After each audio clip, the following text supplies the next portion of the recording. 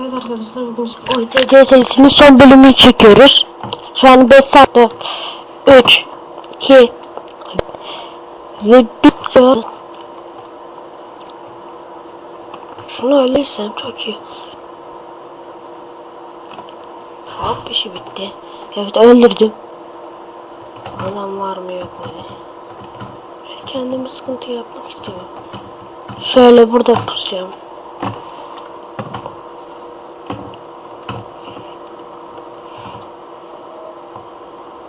Bakalım. Ve bir tane daha öldürdük. Joker Ahmet birisi. Evet, orada da bir adam var. Bir adam, o da bir de öldürdüler bizi. Doğru da onu öldürüyorlar.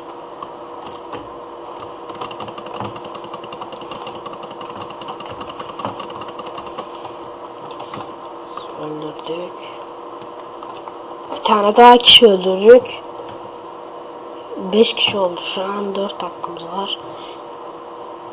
Canımız doluyor. Burada pusuyor. Ne yok.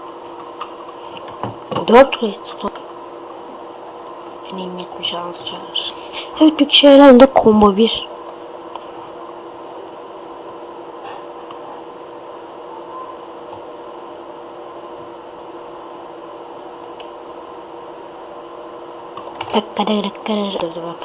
Öldüremedim.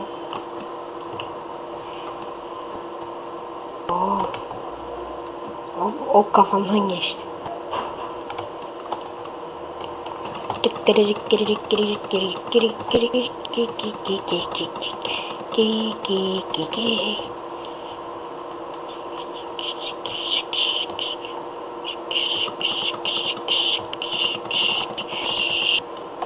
Öldürdü.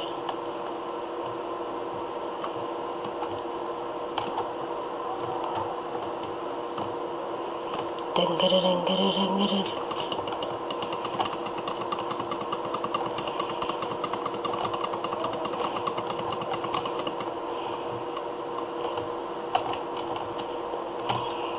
Öyle